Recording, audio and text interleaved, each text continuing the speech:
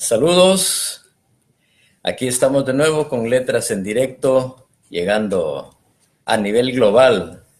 No hay de otra con este servicio de Internet. Esta mañana en Guatemala, en otras partes del mundo se diversifica el horario. Tenemos una charla interesantísima sobre figuras literarias con el doctor Carlos Velázquez. Ya está aquí en la librería, pero antes de arrancar con esta interesante entrevista, charla, coloquio, etcétera, vamos a conversar un momentito acá con Chito, quien siempre nos tiene algunas novedades que han llegado a la librería. ¿Cómo estás? ¿Qué tal, Cristóbal? Rómulo? Bienvenido otra vez aquí a la Gracias, librería. gracias. Bueno, siempre hay cosas en este país que se publican, que llegan, que las editoriales inquietas, como siempre ha sucedido desde hace rato acá en Guatemala, nos tienen siempre novedades e inquietudes. Este libro que parece no es tan nuevo, pero es un libro que muy interesante sobre Rafael Carrera, que se llama Repensando Guatemala en la época de Rafael Carrera. Es un libro interesante de casi 700 páginas, la cual es importante porque la cantidad de cosas que se ha escrito sobre Carrera, ¿verdad? Es impresionante realmente. Repensando Guatemala en la época de Rafael Carrera. Excelente. Y que es un resumen, se puede decir, de la historia de Guatemala, compilado por Alberto Torres Rivas y de la editorial Flaxo. Es interesante, puesto que para la gente que no conoce la historia de Guatemala puede como enterarse de cosas muy puntuales sobre Guatemala. Sí, tenemos que ir encontrando a nuestro país, ¿verdad? Y la historia, pues es muy útil para los jóvenes, para que sepan lo que pasó, para no repetir los mismos errores. Ajá, así es. Sí. Pues entonces, repasando Guatemala en la época de Rafael Carrera, de e Historia de Guatemala. Sí. Un resumen crítico de Edelberto Torres Rivas. Ajá. Están aquí en la librería. Acá en Casa del Libro, por si a alguien le interesa. Casa del Libro. A Rómulo acá. Gracias, Cristóbal. Okay. Excelente. Ahora sí, Tito, Carlos, acompáñanos, por favor. Buenos días, gracias por la invitación, Rómulo. No, pues al revés, te agradecemos por aceptarla y venir acá para acompañarnos, compartirnos conocimientos, información sobre literatura, ¿verdad? Que esto nunca lo vamos a dominar totalmente. Tenemos que ir como no solamente actualizándonos, sino que adquiriendo nuevos conocimientos cada vez para tratar de abarcar y dominar lo mejor posible este mundo que nos apasiona. Y vos estás hace tantísimo tiempo también metido en esto. Sí, la verdad es que desde toda la vida que yo recuerde, desde los 12 años empecé en la literatura, en el exilio. Tuvimos que irnos al exilio a México y ahí pues mi refugio fue la literatura y desde entonces ya se volvió mi A ver, contanos cómo estuvo eso del exilio, las razones, pues, y cuándo. Como mucha gente en Guatemala en los años 80, pues era la dicotomía, la decisión de luchar por una sociedad más justa o conformarse con esta sociedad podrida y corrompida con la que aún tenemos y era obvio que la opción más humana era luchar por la transformación y en ese contexto pues ni modo, la represión nos ahogó, nos apabulló y pues muchos tuvimos que salir. Yo en ese caso pues era un niño, pero toda mi familia cargó con nosotros hacia México. De los años más duros, ¿verdad? De la situación en Guatemala, la persecución política, de toda índole que hubo. Sí, definitivamente yo soy de Huehuetenango, de un municipio de Huehuetenango y algunas poblaciones ahí próximas a mi pueblo desaparecieron completamente, fueron destruidas, quemadas, arrasadas. Hay muchas anécdotas al respecto y y fue una época muy, muy difícil, muy dura para todos. Cuando salieron de Guatemala tenías como 12 años de season. 12 años. 12 años. Ya habías cursado algunos grados de la primaria en Guatemala. Sí, yo estaba en segundo básico. Yo entré muy niño. En mi pueblo no había párvulos y yo jodía mucho en la casa, entonces mis papás me mandaron desde los 5 a la escuela. Entonces ya estaba en segundo básico. De hecho, saqué en México bachillerato, toda la secundaria, bachillerato y un poco de medicina. Ya empecé a estudiar medicina. ¿Estuviste algunos 10 años en México? 6 años. 6 años. Bueno, algunos datos biográficos, unos cuantos, digo, porque tu biografía tiene que ser extensa. Carlos Velázquez es miembro de la, ¿cómo es la Academia Guatemalteca de la Lengua. También doctor en investigación didáctica, licenciado en letras, máster en innovación. Estos 2 títulos los obtuviste en España. Así es. ¿Estuviste un buen tiempo en España? No. Fue, afortunadamente la universidad firmó un convenio. La San Carlos. La San Carlos. Ahí yo soy profesor de la San Carlos desde el 92 y me seleccionaron para estas becas, para por lo menos la de la maestría, con una universidad de España, en Almería específicamente. Sí, entonces pues, ahí aproveché esas dos experiencias. Excelente. Y bueno, has incursionado desde hace años también como editor. Está la editorial Eco Ediciones. ¿Cuántos años tiene Eco Ediciones?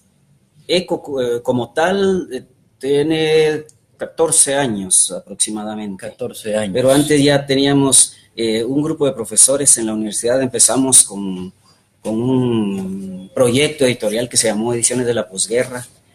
Más o menos algunos profesores con pensamiento crítico nos reunimos y pensamos en publicar cosas y así iniciamos con Ediciones de la Posguerra. Posteriormente pues nos disgregamos un poco, entonces ya tomé yo por mi cuenta el camino y ya creé esta editorial. Sí, pues y venís escribiendo. Cuando te metiste a escribir, te tiraste de cabeza de una vez. Sí, yo empecé a escribir desde muy, muy joven y en principio pues escribía creación literaria, poesía, cuentos, intentos de novela. Posteriormente ya cuando me involucré en la docencia universitaria empecé a escribir textos didácticos o ensayos científicos. Yo estuve muy inclinado por la semiótica, la sociosemiótica desde mi carrera de licenciatura. Entonces empecé a escribir ensayos, por ejemplo, análisis de la música de Arjona, análisis de Augusto Monterroso, estas cosas que fueron publicándose al principio en formato de científico, de análisis, y posteriormente ya me involucré en la docencia y ahí empecé ya mi carrera como escritor independiente propiamente. Superior. Bueno, aquí tenemos un buen grupo de libros de los cuales sos autor. Pueden ustedes observar acá. Y aquí no están todos. Todos con la autoría de Carlos Augusto Velázquez Rodríguez. Este se llama Investigación Científica.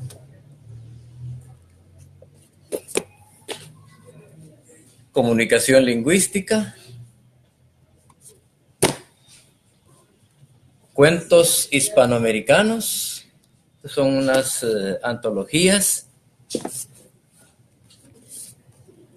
Comunicación, semiología del mensaje oculto.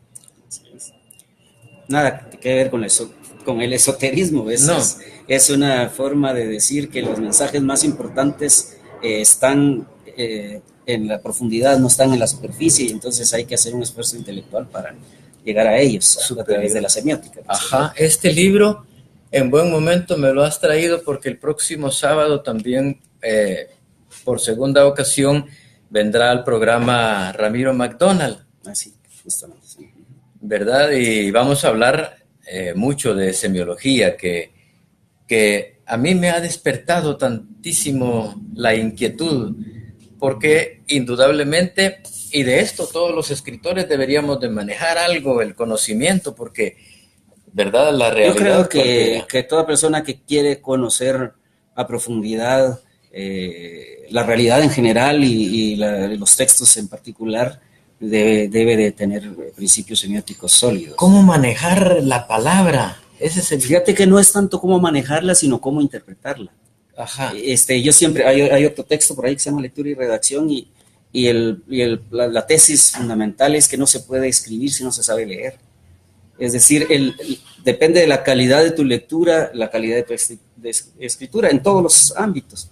Entonces, sí, bueno. Y cuando hablo de leer, pues obviamente lo hablo en un sentido muy genérico, leer una obra de arte, leer un poema, leer una mirada, símbolo, leer un sentimiento, es decir, captar la realidad, interpretar la realidad. Para eso creo que la semiótica, yo creo que el texto más interesante en ese sentido es el que se llama Teoría de la Mentira, que es más programático, es más, desarrolla una metodología con la que he estado trabajando desde hace unos 30 años, tal vez. Es una introducción a la semiótica, Teoría de la Mentira.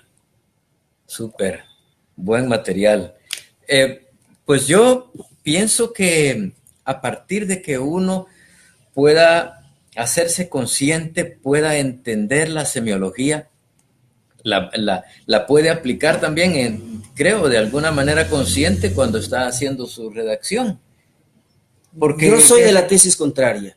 Yo creo que la creación literaria es un momento de comunión profunda con uno mismo. Y en esa medida creo que incluso es una vía distinta. La vía de la semiótica es la vía científica del conocimiento y la vía de la creación estética es la vía intuitiva del conocimiento. Entonces, obviamente, tanto intuición como razón se empapan de todos tus saberes experienciales, pero en la medida en que la poesía sea profundamente humana y profundamente conciliatoria con tu ser, en esa medida, pues no puedes teorizar, no puedes entrarle a reflexionar esto está bien, por supuesto, en una segunda fase de la creación, que es la que más tiempo lleva, que es la de la revisión, el pulir, el cortar las ramas, etcétera. En esa fase posiblemente pueda caber un poco de la teoría, de la intelectualización poética, pero el acto poético de creación en su génesis misma es más intuitivo. Es más intuitivo. Tenemos este libro también, de Amores y Redes Sociales, selección de cuentos universales, de amores y redes sociales. Sí, algunas de mis publicaciones son coautorías con mi esposa, que también es licenciada en letras, Cristina Fuentes, y en este caso, en la de Cuentos para Contar, hemos hecho un esfuerzo conjunto y de hecho, por ejemplo, estas ilustraciones y esas estrategias gráficas son de Cristina Fuentes. Y ahí vamos ahí combinándonos en la gestación de estos textos didácticos. Introducción a la filosofía. Tu campo es muy abierto, ¿verdad? La filosofía es otro campo en el que has entrado mucho. Sí, lo que ocurre es que como en toda una cosa lleva a la otra. La semiótica es en uno de sus variantes, es una filosofía del lenguaje. De hecho, al que se le define en algunos momentos así, como Humberto Eco, con algunos otros teóricos, Barthes, algunos de estos, como una filosofía del lenguaje. Entonces, es obvio que si uno está metido en la semiótica, en entender los signos, en entender la dinámica social de la interpretación, pues tiene que caer tarde o temprano en la hermenéutica y luego en la filosofía en general. Entonces, el arribo a la filosofía es mucho más maduro en mi evolución intelectual. Y además coincide también con la suerte de ser profesor coordinador de filosofía en la Facultad de Derecho. Entonces, se unen esos dos aspectos y ya me involucro un poco en la filosofía. Superior. Recibimos en Letras en Directo a nuestra estimada y querida amiga Brenda Solís Fon. Hola Brenda, qué gusto volver a saber de ti. Estamos aprendiendo, dice. Gracias Tito y Rómulo.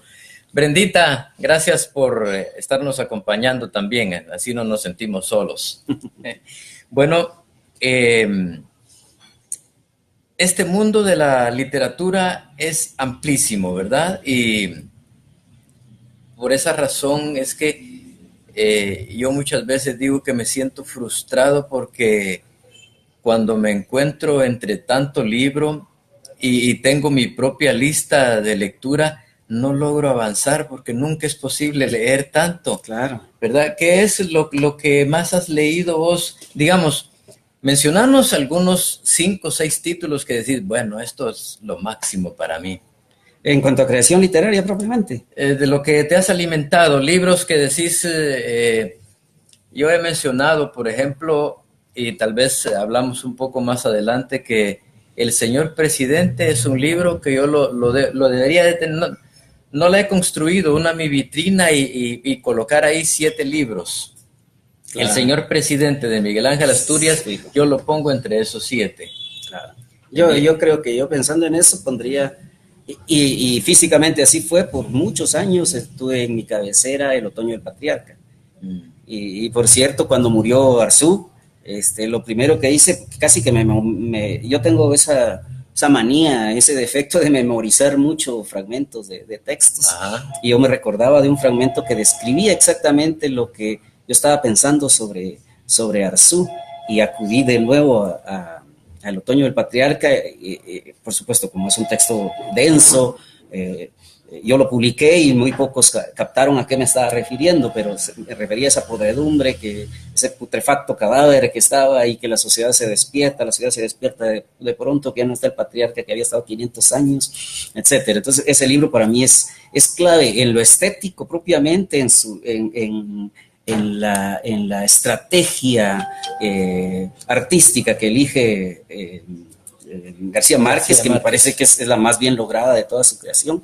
Y aparte también en la manera en que concilia esa estrategia estética con el entrarle a un tema social tan álgido en nuestros países, ¿verdad? Entonces definitivamente El Otoño del Patriarca y 100 años de soledad están siempre ahí presentes. Luis de León, sobre él hice mi tesis. Me parece un escritor que desafortunadamente la represión no le dejó seguir hablando, pero tenía un potencial increíble, una propuesta muy fresca, muy propia. Entonces sus cuentos son fabulosos, algunos de ellos, no todos, no tuvo mucho tiempo de desarrollarse. La novela. Por supuesto, yo hice mi tesis de licenciatura sobre El tiempo principia en Xibalbá, que es una soberbia crítica, no solo en la dimensión que se suele ver, sino en la dimensión más profunda de la religiosidad, de la antropología guatemalteca. Es un texto extraordinario. Bueno, y así podría mencionar, uno va evolucionando como todo, ¿verdad? Y si en un principio me memorizaba todos los versos de Antonio Machado, por ejemplo, que todavía muchos de esos los tengo en mi mente, fui evolucionando hacia Augusto Monterroso, que es un soberbio escritor guatemalteco también. Bueno, y Los dinosaurios de Augusto Monterroso. Una belleza de novela. Tuve la suerte de prologar una edición aquí en Guatemala de la editorial universitaria, la edición de La Oveja Negra. Yo escribí el prólogo y tuve la suerte de presentar esa cuando se le dio el doctorado honoris causa. Y él me dijo, me regañó en el momento cuando lo presenté como el cuento más breve del mundo. No, es una novela, me dijo. Una novela de 7 palabras, ¿verdad? Ajá, qué interesante. Que ha suscitado tesis de más de 500 páginas, ¿verdad? Entonces, por supuesto, Augusto Monterroso, y así hay tantos, ¿verdad? Van cambiando en la medida en que también voy cambiando yo de intereses y de perspectiva. Cuando niño, algún libro que recordés que te embarcó, pues. Tengo la anécdota permanente de que en mi pueblo no había libros, había muy pocos libros. Ajá. Y la única biblioteca que hubo en su tiempo, el ejército la fue a cerrar. y entonces no teníamos libros. Yo recuerdo, había un texto que se compartían los docentes, ¿verdad? Los profesores de primaria, que era Proa a la Aventura, y tal vez de mi infancia el poquísimo acceso que tuve fue en quinto primaria, cuando un profesor nos leía un capítulo cada jueves de la Isla del Tesoro. Yo creo que eso esperábamos, curiosamente, todos los patojitos de 10 años, esperábamos ansiosos la llegada del jueves para ver el capítulo más. No era como ahora con Netflix, ¿verdad? Que uno se puede tragar todos los episodios de un solo, ¿verdad? No, ahí era esperar religiosamente el jueves a las 11 de la mañana. Pero sí tuve muy poco acceso a la literatura. El primer acceso así abierto fue en México, que es una sociedad de lectores y de editoriales, ¿verdad? Son poderosísimas. Buena cultura, sí. Sí, a mí una cosa que me llamó la atención, que en ese momento no valoraba, pero que ya reflexionando, es que en lugar de haber chicleros en la calle, había ventas de libros usados en la calle, así en las aceras, ahí fue donde compré por primera vez El Otoño del Patriarca, por ejemplo, y varias de las obras que después seguí leyendo por mucho tiempo. Formidable. Yo creo que cuando a uno se le pegan las letras, esas se tatúan, pero de manera indeleble, ¿verdad? Ya no podemos. En algunos casos, sí. No podemos vivir sin ellos. Bueno, un tema que nos ha convocado este día acá es el de las figuras literarias, ¿verdad? Que también se le llama figura retórica o tropos. Muchos, incluso cuando uno habla de tropos, cree que está hablando de animalitos. Pero, bueno, es para caer un poquito en más profundidad de la literatura. Y la literatura que hay que pensar también en cuánta importancia tiene en la sociedad, que muchas veces nos cuesta explicarlo. He conversado con otros autores que han estado acá en Letras en Directo y no caen muy bien en esa importancia que tiene la literatura para la sociedad. ¿Cómo concebís esa importancia en nuestro medio, en este contexto? Sí, yo pienso que hay que primero hacer una reflexión previa, más sociológica. Definitivamente tenemos acceso a una cultura demasiado pobre, a una cultura muy repetitiva, a una cultura que obviamente por estrategias político-ideológicas es reiterativa en unos valores preestablecidos. Entonces, vemos una película que nos dice exactamente lo mismo que nos dice un programa de televisión y lo mismo que nos dice una canción comercial y lo mismo que nos dice una telenovela. Todas dicen lo mismo, transmiten los mismos, ya estoy hablando en términos semióticos, transmiten los mismos valores, las mismas estrategias discursivas. Es decir, un mismo mensaje repetido desde todas las formas para que se grabe en la población. Entonces, la literatura funciona como una especie de válvula de escape hacia otros discursos, hacia otras formas de entender la vida. A diferencia de una telenovela, de una película en donde es el mismo argumento con diferentes rostros, en la literatura incluso cada cuento, cada poema, cada novela es un universo diferente. Entonces nos obliga a salirnos de una realidad tan asfixiante. Te hago un paréntesis en lo que continúas, que acabamos de leer con Gustavo Bracamonte y otros amigos en un círculo de lectura que se llama Andamios, la novela Tokyo Blues. Y hay un personaje allí que aparece como un gran lector, un chico inteligente, y él entre los diálogos que se presentan dice que trata de leer cosas diferentes, porque si lee lo mismo que los demás, todos seremos iguales. Por supuesto, sí.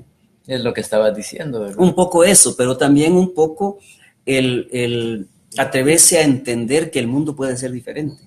Es que si lees en todo, en las películas, en los anuncios publicitarios, en las canciones, si lees una misma concepción del mundo, terminás creyendo que ese es el único mundo posible. ¿Qué es lo que nos está pasando? Se hizo todos los movimientos de 2015 para votar a Otto Pérez y a Roxana Valdetti, pero la población, como no entendía la realidad desde otra perspectiva, elige a uno peor todavía.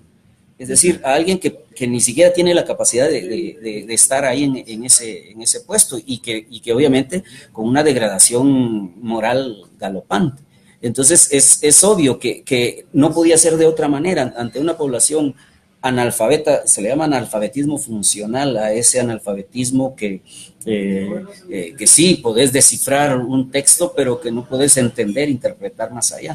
Entonces, una población... ¿Qué es lo que se llama el significado de metalenguaje? No. ¿Metamensaje? No, vamos más allá en el sentido de que la población aprende a leer y a escribir como una mera estrategia de sobrevivencia en las necesidades cotidianas, pero no aprende a leer, para sobrevivir. Solo para algo así como aprende a leer recetas, a seguir instrucciones. A eso se le llama analfabetismo funcional. Es decir, sí funciona, sí te permite estar en el mundo, pero obviamente no te permite pensar más allá que el estar en este instante.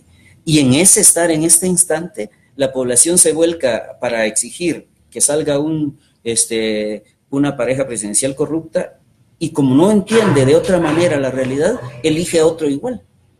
Que cualquiera que tiene una cultura un poquito más amplia, pues podría darse cuenta que era el mismo error que se estaba cometiendo. Entonces, la literatura te obliga a pensar en otros mundos, te obliga a pensar en otros, aunque sea una simple metáfora.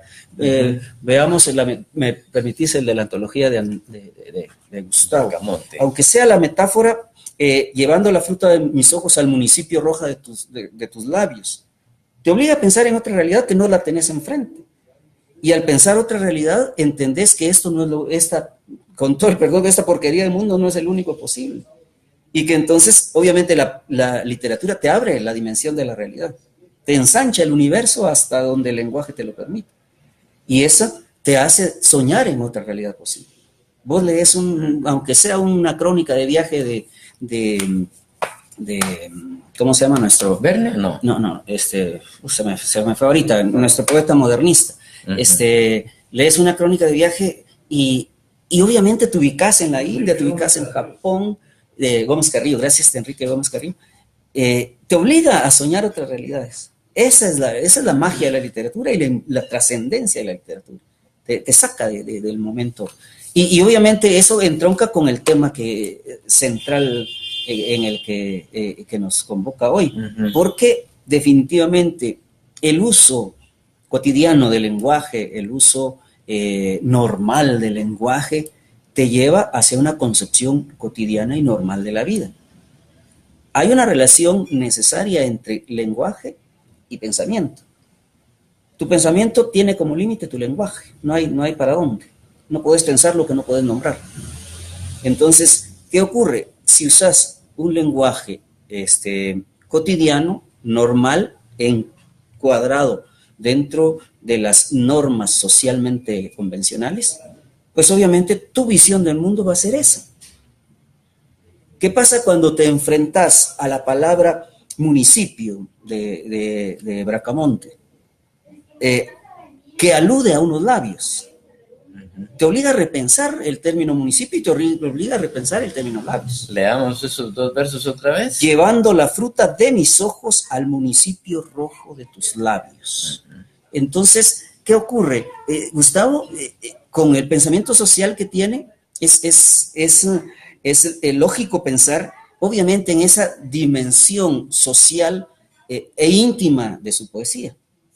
Y entonces, ¿qué hace él? Nos obliga a buscar una realidad, la realidad municipal, que es la realidad más golpeada, digamos, en nuestro medio, con esa realidad rosa de unos labios. Es decir, el soñar una realidad distinta, pero metamorfoseado en unos labios. Y a la inversa, el asumir unos labios propios de una mujer bella como estandarte para una transformación social. Entonces, cualquier estrategia retórica necesariamente te saca de lo cotidiano y te obliga a pensar, a ensanchar la realidad. Es un lenguaje pobre da exactamente la idea de alguien que su mundo lo tiene bien reducido. Eso, sí, sí. Yo les digo a mis alumnos, yo doy clases en el primer año de Derecho, y les digo a mis alumnos, pues obviamente que nuestra carta de presentación es nuestro lenguaje.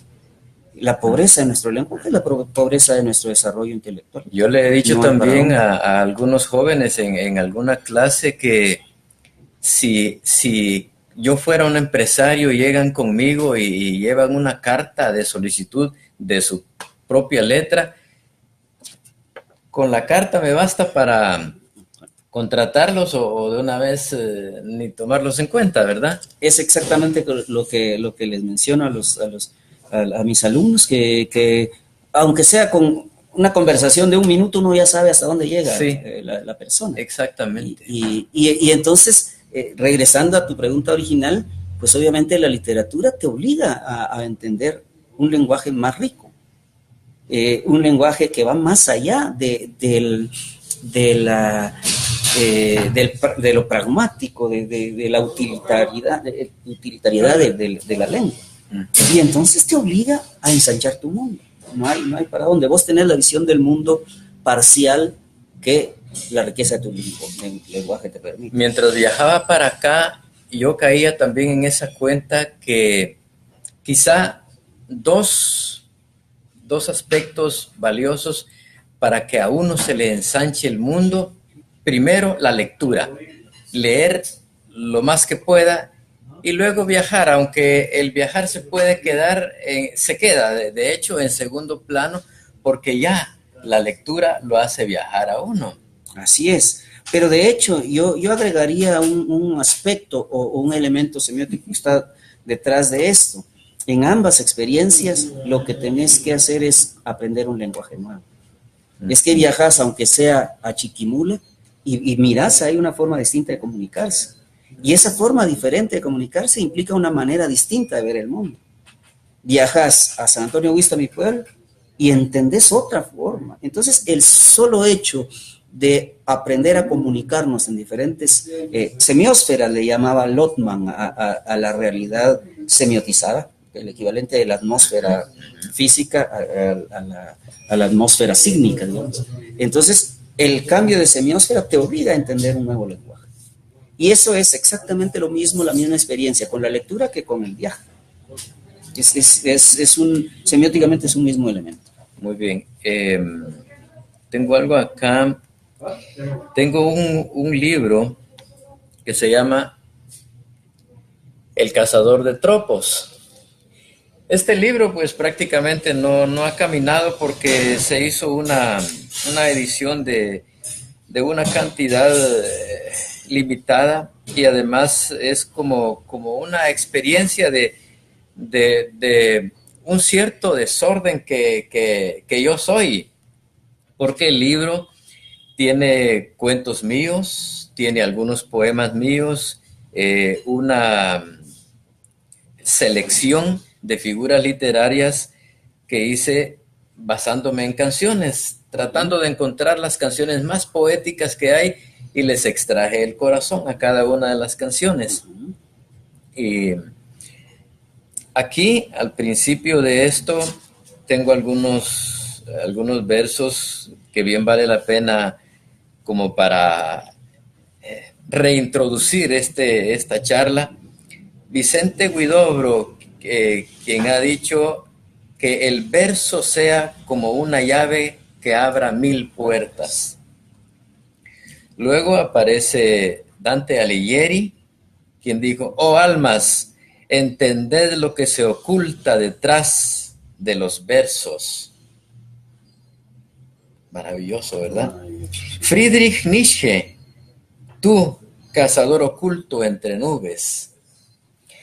Bueno, las figuras literarias, algunas entre las más importantes, la metáfora, como que es la reina, ¿verdad? La reina madre de los tropos. La metáfora, aliteración, el símil, anáfora, ¿cuál es?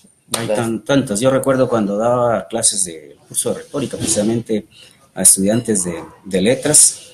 Al principio entré con mucha ingenuidad, con una gran lista de 260 y tantas metáforas que había, de figuras, tropos que había que aprenderse, pero después dije, esto es imposible, aparte que pedagógicamente era una estupidez. Lo que hay que hacer es buscar detrás de todo, cuál es el elemento que une a toda estrategia retórica, toda estrategia trópica, y yo creo que eso es lo que hay que cabalmente entender. Las metáforas, los tropos, no son un adorno que tiene la poesía. Ese es el principal error en el que se cae con una visión así muy estática de la literatura. Los tropos no son como algo así como un carpintero. A mí me gusta mucho la carpintería. Los carpinteros que tienen ya sus adornitos así, a veces no de muy buen gusto, pero que dicen, bueno, pues hay que ponerle esto al mueble para que se mire más chilero. Y esa es la concepción que suele aparecer en la mayoría acerca de los tropos. Pero es que hay que invertir la ecuación. Los tropos no son algo buscado por el poeta, son una necesidad del poeta y del creador en general, del artista. Yo creo que hay que entender la génesis de la literatura, del arte en sí, para entender el por qué existen los tropos. No son adornos, no son como ponerme un traje chilero para ir elegante a una fiesta. Son la esencia misma de la literatura. Y yo más o menos lo planteo de esta manera. Yo tuve la suerte de impartir un curso que se llama Semiología del Mensaje Estético. Y se plantean, en primer lugar, un aspecto básico que ya más o menos he comentado antes. El artista tiene una visión que va más allá de la visión cotidiana de la vida. Si el lenguaje que manejo solo me conduce a describir mi realidad, necesito crear un lenguaje distinto para proyectar una realidad distinta. Entonces, ¿qué hago? Las palabras con las que cuento no me alcanzan, pero no me puedo inventar todas las palabras como hacía Huidobro. Huidobro se aventó 264 con el prefijo golon, ahí viene la golondrina, ahí viene la golonrima, ahí viene la goloncima, ahí viene la golontina. Es decir, él inventó las palabras, pero porque en ese poema de Altazor era lo que se necesitaba. Pero el poeta no puede inventarlas porque la palabra tiene que transmitir, tiene que comunicar. Entonces, ¿qué hace? Utiliza las mismas y les da un plus semántico, les agrega un elemento significativo que no tenía. Ese elemento que le agrega es justamente la parte de la visión del mundo que él desea crear a través del lenguaje. Entonces, tradicionalmente se estudiaba la retórica como una retahíla de tropos y de figuras. Y obviamente porque se iba algo así como de una forma reactiva hacia la retórica. En cambio, desde la semiótica, desde el desarrollo de la lingüística textual y de la semiótica en general, ya se le concibe como una necesidad inherente a la creación. Porque tenés que usar el mismo lenguaje, pero a la vez tenés que usar de diferente manera el lenguaje. Y así acudiza por eso, por facilidad se le llama metáfora. En general se entiende metáfora y metonimia, ¿va? Como los dos universos trópicos, por oposición a las figuras retóricas propiamente, que son figuras sintácticas, más bien, general. Vamos a abordarlo más a profundidad. Solo saludemos aquí también, tenemos a Verónica Sánchez. Solo escribió ahí que saludos, abrazos poéticos, dice, que está citando grandes libros. Mauricio Olmedo, Mauricio, buenísima enseñanza y aprendizaje, me llegan muchas, saludos. Claudia Verónica dice, el otoño del patriarca, seguramente compartió con esa lectura que es tan interesante. Sí, pues. Magnífico, muchas gracias por estar ahí con nosotros. Yo he dicho que la figura literaria, muchos poetas o mucha gente ha escapado, ha huido. Sí. Y se me ocurre decir que de alguna manera Nicanor Parra se declaró enemigo de la figura literaria. El propio Huidobro escribió en esta arte poética el adjetivo cuando no da vida mata. Ajá. Toda una tradición poética española, la poesía pura, que tuvo su movimiento propio, se basó justamente en despojar a la poesía de cualquier artificio retórico. Sí, y yo me he dado en decir que prácticamente la belleza literaria casi está expresada en los tropos. Ahí encuentro yo, y por eso está por salir. Espero que no me le hayan cambiado el título. En la próxima edición de la revista de Zanates y Clarineros viene un texto que he titulado El corazón del señor presidente, que se refiere a la obra de Miguel Ángel Asturias, ¿verdad?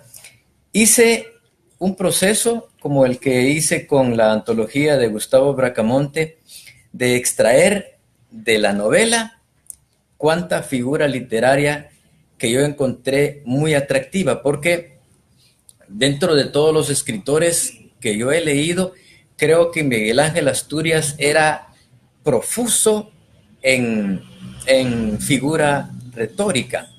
Y ahí caemos en la cuenta que entonces la figura literaria, la metáfora, sinécdoque, metonimia, no solamente la vamos a encontrar en la poesía, en los poemas. Sí. No, eso es definitivo. E incluso hay poemas que no tienen figura retórica. Yo estaba ahorita evocando, ahorita que mencioné la poesía pura, la corriente literaria, la poesía pura de España, uno de los poemas más bellos dice: no la toques ya más, así es la rosa. No tenía una sola figura retórica. Y dice tan profundamente que pues sí te deja pensando y pensando, que es lo propio de cualquier forma de arte, ¿verdad? El trascender el mensaje mismo, el ir más allá. Así es. Entonces, yo insisto, por supuesto, el ejercicio de la descripción, de la valoración de las figuras es un ejercicio de la crítica literaria, pero no del poeta. El poeta crea mundos y dentro de esos mundos tiene que crearlos vía metáfora. Es el crítico el que tiene que, o el que en algún momento, para explicar ese mundo creado, acude a descifrar las metáforas, lo que en un momento se le llama la deconstrucción del texto. Así es. Fíjate que dentro de esas canciones que yo analicé en una ocasión, hice una clasificación y coloqué en primer lugar una canción de Sandro de Argentina. Hasta me imagino cuál es. Fíjate que se llama ¿Cómo te diré? Ah, ya. Yo creí que era Penumbras. Penumbras también es muy rica en sí, una acumulación de metáforas. Que yo en alguna ocasión dije: Penumbras puede servir de ejemplo para explicar la descripción, porque él dice que en la piel está la luna, ¿verdad? Por supuesto, sí. La noche se perdió en tu pelo, la luna se aferró a tu piel y el mar se sintió celoso y quiso en tus ojos estar él también. Exactamente. Pues esta canción la puse yo en primer lugar porque vi que estaba cargada de metáfora, pero metáfora muy fina. ¿Cómo te diré que aquella flor que era este amor se marchitó? Que el pájaro de sueños que tuvimos ya voló. Que el vino estimulante del deseo se acabó. Que ya no hay leña en el árbol de la fe. Sí, es una acumulación. Pero yo creo que aquí vale la pena, me imagino que en esto no coincidimos mucho, pero yo creo que de eso se trata la riqueza intelectual. Creo que esto es un buen ejemplo de cómo la metáfora por sí misma no da valor. A ver. Porque yo de hecho también trasladado a algo que aquí en Guatemala duele mucho, porque es un tabú, Arjona es muy prolífero en metáforas, pero no dice nada. Ajá. Es decir, acumula y acumula. Yo hace algunos años prologué y presenté un libro de Gustavo Bracamonte que se llamaba Mariposa Negra y aproveché para hacer el símil con Mariposa Traicionera de Maná. Y ahí analizaba y como pretexto el texto de Gustavo, hacía la diferencia entre metáforas mosca y metáforas mariposa. Metáfora mosca y metáfora mariposa. Entendiendo como metáfora mosca esas metáforas que se suele llamar en teoría de uso, tan gastadas, tan evidentes, que terminan no diciendo nada. O sea, que terminan mosca es metafórica ya la palabra. Claro, en sí. por supuesto. ¿La mosca en qué anda? Exacto. En las cosas ¿Qué sucias. dice? Exacto. Y entonces, si se analiza qué dice una canción de Arjona, dice lo mismo que dice una canción de reggaetón. Solo que aparentemente de una forma más elegante. Pero es la misma visión machista, cosificante de la mujer, la misma visión alienada, la misma visión clasista.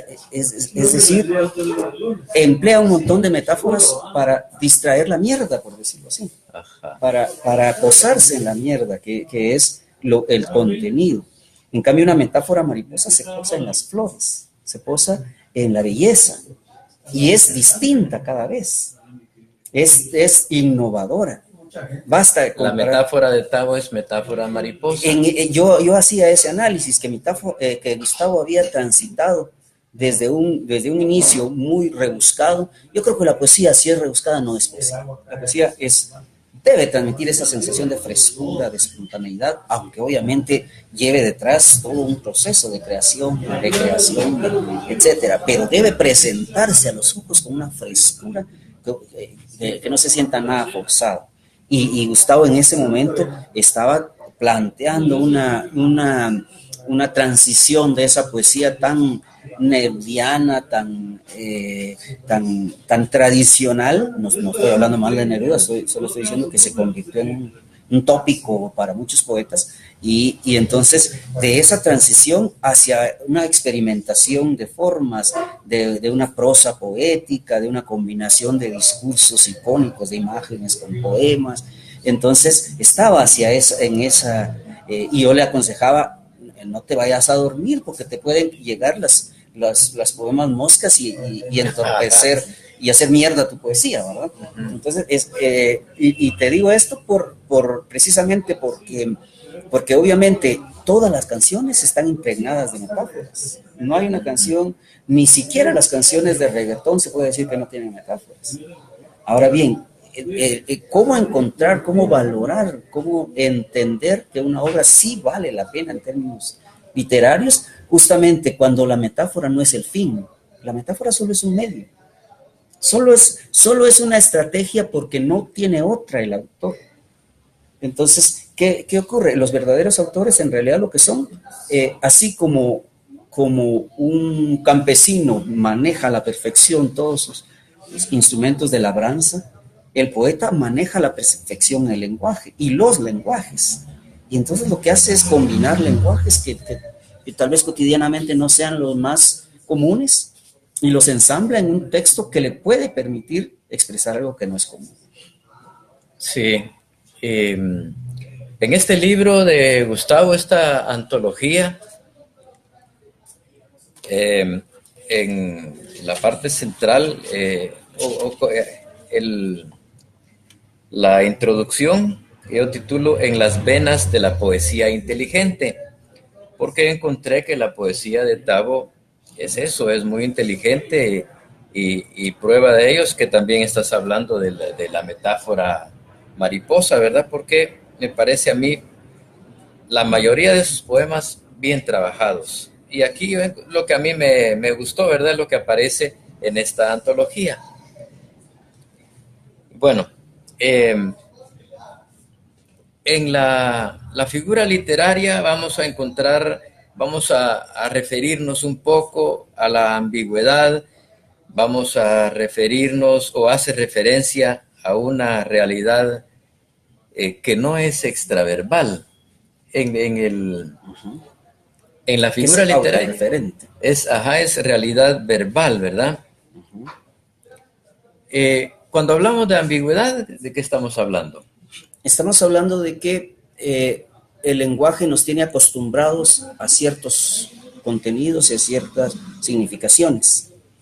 Cuando el autor utiliza el lenguaje de una forma distinta, el lector se siente ambiguo. ¿Qué está queriendo decir? ¿Cuál es el sentido que adquiere Venas en este título? Entonces, esa ambigüedad transitoria es transitoria en el sentido, o debe ser transitoria en el sentido de que nos obliga a pensar en el lenguaje mismo. Por eso se habla de esa realidad textual o referencia textual o referencia o autorreferencia. El mensaje literario se refiere a sí mismo, pero solo se refiere a sí mismo de forma transitoria. Es decir, en el momento mismo, en la inflexión entre la lectura y la conexión con la realidad. En ese momento, la ambigüedad genera la necesidad de relectura. Es decir, de ver. Vena significa, qué sé yo, manguera por donde pasa la sangre. Y tiene dentro de sus semas el que está interno, es la parte más íntima del cuerpo humano. Entonces se toma ese sema, las palabras en general, los signos tienen diferentes semas, es decir, diferentes parcelas de significado. Entonces, de ese sema toma Rómulo y lo aplica para esta nueva realidad, porque él quiere decir que en el interior de la poesía hay inteligencia profunda. Y entonces por eso utiliza la palabra venas en lugar de la palabra interior o la profundidad o lo esencial. Entonces, la palabra ambigüedad, insisto, es válida en tanto sea transitoria. La autorreferencia de la poesía y del lenguaje literario en general es válida en tanto sea solo un trampolín para escaparse de esa realidad inmediata y llegar a una realidad profundamente diferente. Ajá, la realidad extraverbal es la que nos circunda, ¿verdad? Exacto. Y en el poema vamos a encontrar otras realidades que son las que, por un lado, nos transmite el autor y por otras nosotros encontramos. Porque un poema, en determinado, un solo verso a veces, en esa realidad interna de las letras, como que reventamos ese verso y encontramos entonces diversidad de interpretaciones. Cada quien encuentra un mensaje porque hay más ahí, sensaciones, ¿verdad? Claro. Y más que sensaciones, retomando un poco toda esa neorretórica que se llama a ese movimiento de replantearse la retórica. Cualquier interpretación tiene un límite. Hay un libro de Humberto Eco que se llama Los límites de la interpretación y hay otro de Bartés que se llama El grado cero en la escritura. En ambos plantean, es cierto, cualquier texto es polisémico, cualquier texto genera multiplicidad de interpretaciones, pero las interpretaciones no son antojadizas, es decir, son una trampa. Yo cuando doy clases de literatura a mis alumnos, les comparo siempre la literatura y los recursos en general literarios como las piedrecitas que Hansel y Gretel iban dejando. No sé si te recordás de esa metáfora del autor. Hansel y Gretel fueron llevados hacia el bosque y al principio dejaron migajas de pan para recordar el camino de regreso, porque sabían que los iban a perder. Y obviamente las aves se comieron las migajas. Sí, regresaron en una segunda oportunidad, ya no dejaron migajas de pan, sino piedras.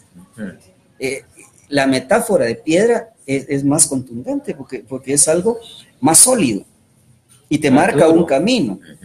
Pero sobre todo te marca un camino.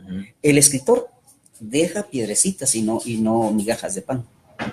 Es decir, el escritor es mañoso, es tramposo, pero te deja las claves para que vos caigas en la trampa y salgas airoso de la trampa.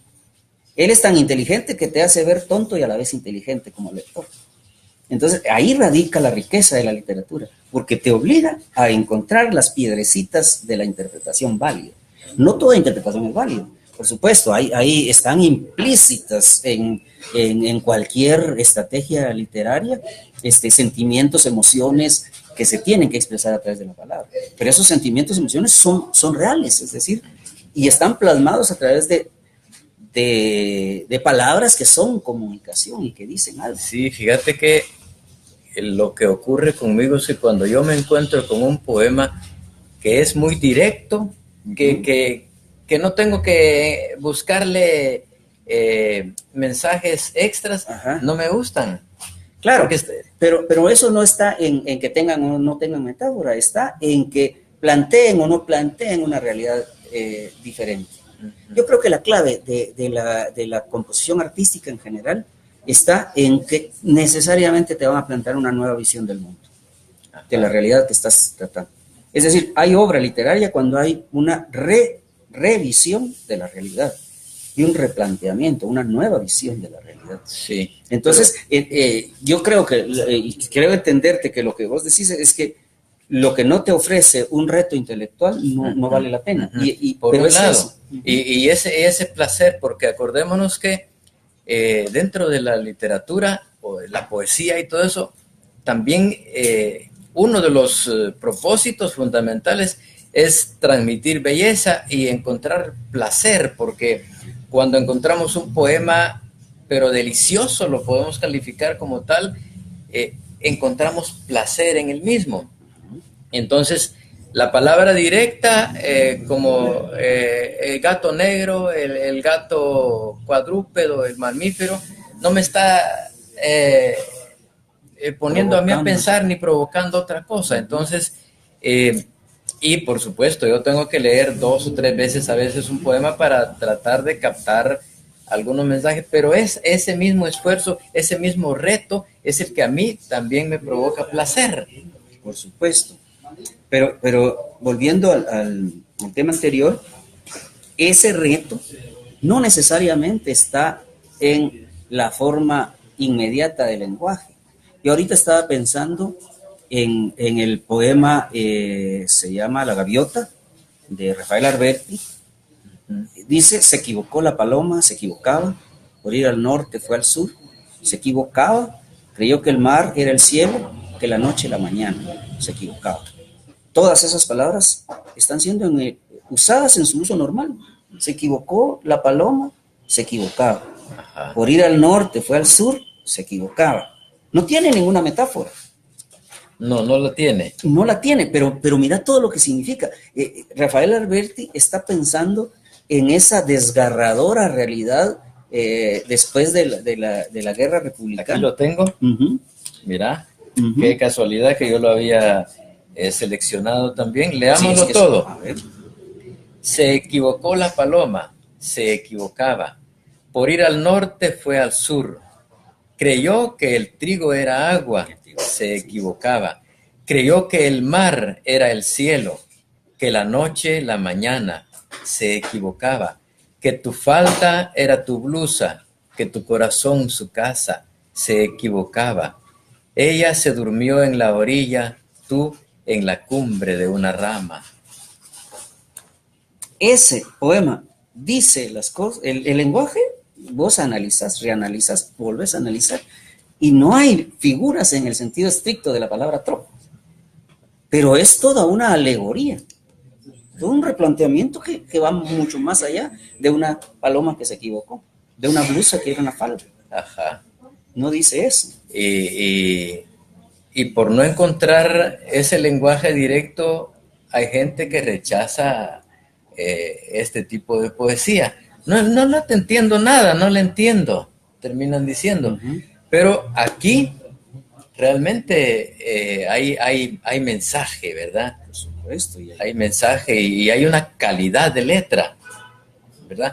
Porque es que hay que aprender mucho, porque ahí la paloma, ya en sí la paloma es un símbolo. Ya te sugiere un montón de... Todo el poema es un símbolo, es simbólico. O sea, eso es a lo que me refería. Que el poema en general es un símbolo y entonces ya no podés desplumarlo, ahí valga la coincidencia, no puedes desplumarlo está este tropo, porque es en sí el conjunto. Y es la mejor expresión que te decía de que no está en la literariedad, que es la palabra que se utiliza para referirse a que en la estrategia puramente textual, sino está en la cosmovisión. Es decir, la verdadera obra de arte se trasciende a sí misma. Además que es una bomba para la realidad misma. Es un caballo de Troya. A través de la aparente belleza esconde toda una estrategia para hacer explotar la realidad. Y eso es lo que Alberti, dentro de la circunstancia en la que escribió este poema, estaba tratando. Que la Guerra Civil Española. Era un poema desgarrador. Pues bueno, adentrémonos un poquito en esa figura literaria reina, que es la metáfora. Y a mí me parece que esa canción de Sandro sirve mucho para poder explicar cómo se construye una metáfora. Y cuando hablamos de figura literaria estamos hablando de un lenguaje traslaticio, ¿verdad? Porque hay que trasladarse, hay que transportarse, hay que hacer como una bifurcación. Es un metalenguaje. Metalenguaje, ¿verdad? ¿Qué dice el primer verso? Que aquella flor que era este amor se marchitó. En la metáfora, un término sustituye a otro. Así es. Que aquella flor que era este amor se marchitó. Entonces, flor sustituye, en algún momento, para hacer más pura la metáfora, sustituye a amor, ¿verdad? Sí, en este caso se está hablando no de metáfora, sino de un símil. Un símil. Digamos que una metáfora es un símil al cuadrado. Cuando no existe el término de comparativo de metáfora, cuando existe el término es un símil. Cuando existe el término. Aquella flor que era este amor, tú estás comparando, ahí hay similar, ¿verdad? Es la similitud entre una flor y un amor. Entonces ahí estamos hablando de un símil que digamos que es la figura retórica más inmediata. Tus ojos son como tal cosa. Ajá. Tus labios son como tal cosa. Entonces, esta figura de esta canción se vuelve más metafórica cuando en algún momento solo dice flor y ya no menciona la palabra amor. Porque en el contexto en que se vaya utilizando ya esa flor es la que se refiere al amor, ¿verdad? La otra. Pájaro de sueños que tuvimos, ya voló. Sigue utilizando el elemento comparativo. Sueños como un pájaro. Y obviamente voló. Como el pájaro voló, el sueño se esfumó. Sigue siendo un símil. En esos dos. Por eso yo pensé que penumbras era. Porque ahí sí dice, la noche se perdió en tu pelo. Ahí ya no dice, tu pelo es tan negro como la noche, sino dice, la noche se perdió en tu pelo. El mar se sintió celoso y quiso en tus ojos estar. Ahí sí hay metáfora. Es así porque no hay un comparativo. No está diciendo, tus ojos azules se parecen al mar. Que el vino estimulante del deseo se acabó. Sigue existiendo el término de comparación. Deseo, vino. Entonces todo el poema está compuesto de símiles. De símiles, esos son símiles. Son símiles, ¿verdad? Pero eso es lo que en esencia es lo mismo, es decir, en esencia profunda es exactamente la misma estrategia textual de transmutar el lenguaje para transmitir una nueva idea sobre la realidad que se está viviendo.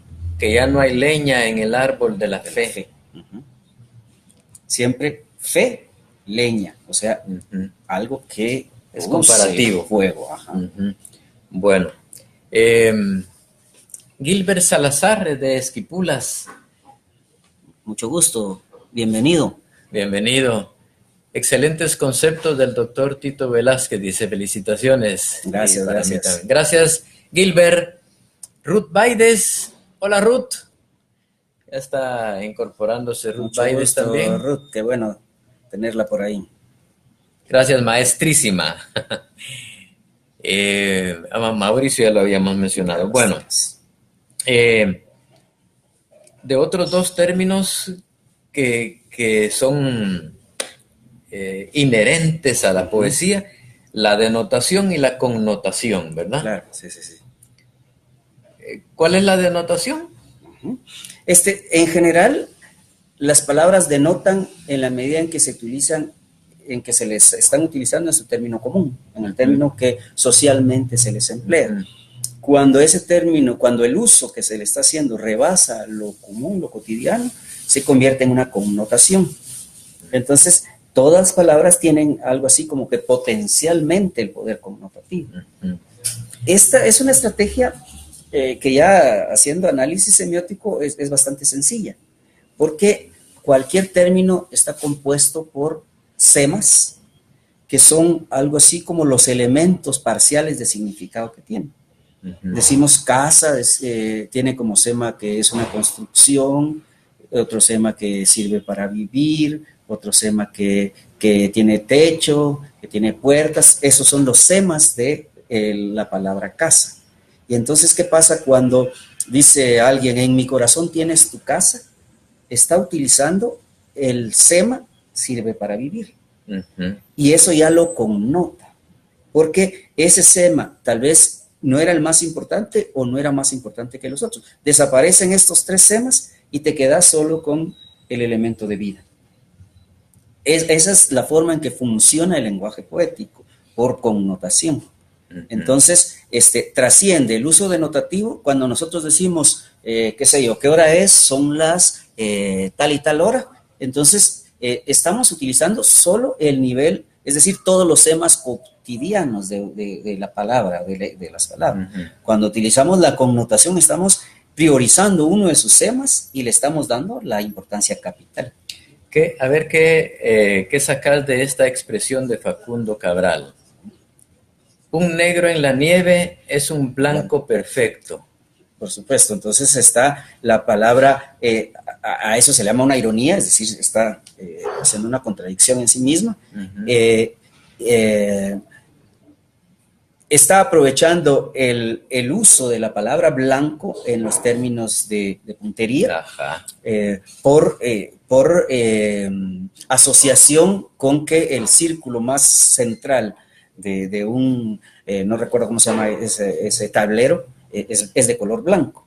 Entonces, en esa asociación, el sema del punto más vulnerable o más visible, se utiliza eso para hacer la contraposición entre una persona de piel morena dentro de la nieve. Es el punto más visible. Sí. Entonces, él está utilizando la connotación de la palabra blanco para, y además lo está utilizando de forma irónica. Es un juego de palabras, es genial la frase. Sí, y muchas de las frases y hay muchas frases. Por ejemplo, ahí va la mujer que me gusta con el hombre que le gusta. Es fabulosa la frase, pero no tiene metáfora. No tiene metáfora. Es una descripción llana, pero lo que pasa es que está jugando con las palabras, como lo hacían los poetas. ¿Puedes hacerme un favor, alcanzarme mi mochila? Que tengo unas hojas ahí que quiero que compartamos, porque al principio estaba hablando de Miguel Ángel Asturias, ¿verdad? Del señor presidente. Y este es parte del texto que va a aparecer en esa próxima edición de Zanates y Clarineros. Voy a tratar de sacar una de las cualidades de Miguel Ángel Asturias es que son las repeticiones, que eso también aliteraciones, o aliteraciones, ¿verdad? Eso es muy profuso en los textos de él. Voy a leer que cuando lo descubrí dentro de la novela dije, este señor, ¿dónde encontró esa luz para crear esto? Es una maravilla. Ese es el momento en que Cara de Ángel, el personaje central del señor presidente, pues se metió a clavos y el presidente decide deshacerse de él, ¿verdad? Sí. Entonces le da cheques, le da dinero, arregla y le dice que se vaya de viaje. Entonces él se aborda el tren y se va hacia esta parte del Pacífico, del Atlántico, ¿verdad? Del Atlántico. Entonces, él va en el tren. Y dice el texto: qué suerte alejarse de aquel hombre en carro de primera, rodeado de atenciones, sin cola con orejas, con cheques en la bolsa. Entrecerró los ojos para guardar mejor lo que pensaba. Al paso del tren, los campos cobraban movimiento y echaban a correr como chiquillos, uno tras otro, uno tras otro, uno tras otro. Árboles, casas, puentes.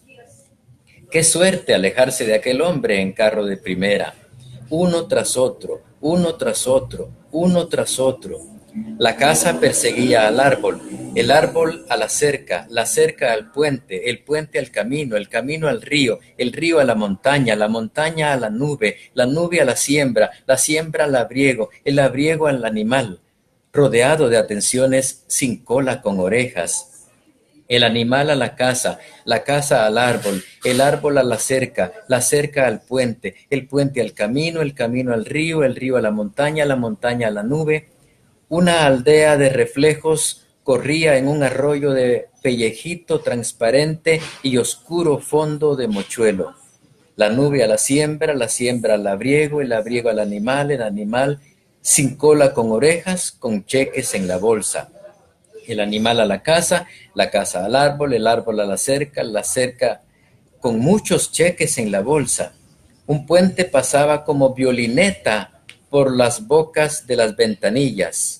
Luz y sombra, escalas, fleco de hierro, alas de golondrinas. La cerca al puente, el puente al camino, el camino al río, el río a la montaña, la montaña. Cara de ángel abandonó la cabeza en el respaldo del asiento de junco. Seguía la tierra baja, plana, caliente, inalterable de la costa, con los ojos perdidos de sueño y la sensación confusa de ir en el tren, de no ir en el tren, de irse quedando atrás del tren, cada vez más atrás del tren, más atrás del tren, más atrás del tren, más atrás del tren, cada vez más atrás, cada vez más atrás, cada vez más atrás, más y cada vez, cada vez, cada ver, cada ver, cada vez, cada ver, cada vez, cada ver, cada vez, cadáver, cadáver. Sí, ahí es que por eso era el gran lengua. Ahí hay una aliteraciones, hay retruécanos, hay una vastedad de figuras, pero creo que la intención inicial era la aliteración del sonido del tren. Tras, tras, tras, tras. Si te das cuenta, la R y la T están, pero en muchas ocasiones y estratégicamente colocadas para que se esté reproduciendo el sonido tras, tras, tras, tras, tras, sí. Tras, tras, tras, tras, tras, que es la misma estrategia con alumbra, lumbre de lumbre, luz verde, piedradumbre sobre la podredumbre, que repetía el sonido, ahí sí que el mal dobrestar de las campanas, pum, pum. Entonces, y uno como lector va en el tren con la ventana de este lado y viendo todo lo que está pasando, porque claro, lleva ese ritmo también. Lleva el ritmo del viaje en sí, del movimiento, todo el movimiento, toda esa sensación de repetición cíclica. Uh-huh. Y sobre todo, a nivel puramente lingüístico, lo más fabuloso es la repetición de los sonidos TR, que es el tren. Tras. Que para quienes conocimos los trenes, pues recordamos ese era el sonido. Sí, exactamente. Las onomatopeyas también. Creo que era genial él. Voy a leer este texto. Ocurre durante la noche. Dentro de la casa hay un perro. Dice, ton, torón, ton, torón, ton. Como buscaniguas corrieron los aldabonazos por toda la casa. Su ladrar se oía cuando en el zaguán, cuando en el patio. correteaba incansable tras los toquidos, piedras lanzadas contra el silencio que a Camila se le iba haciendo tranca en la garganta. Las casas son árboles de aldabas, bosques de árboles de aldabas las ciudades son. Las hojas del sonido iban cayendo mientras ella llamaba. El tronco intacto de la puerta después de botar las hojas del sonido intacto. A ella, a Camila, no le quedaba más que tocar. Belleza, súper. Esta otra, Chiplongón. Zambulléronse las campanadas de las 8 de la noche en el silencio. Chiplongón, chiplongón. Otra más. Se fueron quitando los trapos para meterse en la cama, entre el tijereteo del reloj que les hacía pedacitos las últimas horas. Tijeretic-tac, tijeretic-tac, tijeretic-tac. Sí, era un mago. Un mago, un mago. De Valdés, nuestro premio Nobel. Sí. Y así vamos encontrando muchísimas figuras, ¿verdad? Que él iba fabricando y que, pues es que por eso se le llama imágenes también, porque le permiten a uno meterse y estar conviviendo o ser el personaje y estar en los paisajes. Sí, ese es el... la literatura en general es un juego, ¿no? Y en tanto que juego uno tiene que participar de ese juego, tiene que sentirse que está siendo protagonista o testigo de lo que ocurre. Esa es la magia, esa tiene que ser la magia de la literatura, en general. Es lo máximo. Una más. Los confesionarios de una iglesia, ¿verdad? Los confesionarios subían y bajaban de la tierra al cielo, elevadores de almas. Otra. Tiró de un pie al supuesto hombre cadáver y cuál asombro tuvo al encontrarse con un hombre vivo, cuyas palpitaciones formaban gráficas de angustia a través de sus gritos. Gráficas de angustia. Sí. Yo creo que ya me tengo aquí. Bueno, agradecemos a los amigos que también se reportan ahí. A Efrin González. ¿Cómo estamos, maestro? Y Ramiro McDonald. Gracias a ambos por acompañarnos y por reportarse de estar aquí también en Letras en Directo. ¿Qué más podemos agregar de la figura literaria para cerrar ya? Pues yo lo que agregaría es que la literatura hay que disfrutarla y es en primera instancia y en primera necesidad es un disfrute emocional profundo, un disfrute humano profundo. Entonces, en la medida en que ese disfrute sea auténtico, no vamos a tener ninguna dificultad en descifrar las metáforas. Es más, nos vamos a caer presos de las figuras literarias y de las estrategias retóricas en general, porque es algo que nos están haciendo. Entonces hay que aprender a leer, hay que alfabetizarse en la lectura, que no implica teorizar, que no implica darle nombre a esta o aquella estrategia retórica, sino que implica meternos completamente como humanos hacia la lectura. Súper, súper. Bueno, ha sido para mí, creo, muy enriquecedor este encuentro. Nos abre unas brechas más, corremos unas ramas para entrar en ese bosque maravilloso de la literatura, de la poesía, ¿verdad? Así es, gracias Rómulo por la invitación y gracias a los que se han estado reportando y a los que aunque no se reportaron, pues están por ahí detrás. Están por ahí. Gracias a todos. Gracias. Letras en Directo, entonces aquí concluye un capítulo más y nos quedamos el próximo sábado, precisamente. Ramiro McDonald ahí está, vuelve. Ramiro. Ahí vamos a estar pendientes, Ramiro. Qué bueno. Vamos a entrarle a la semiología, que de alguna manera hay analogía con la figura literaria, ¿verdad? Entonces quedamos ahí con la invitación en el aire y nos encontramos la próxima. Carlos Velázquez ha estado con nosotros. Mil gracias, Carlos. Gracias a ustedes, gracias a todos por la invitación. Hasta pronto. Hasta la próxima.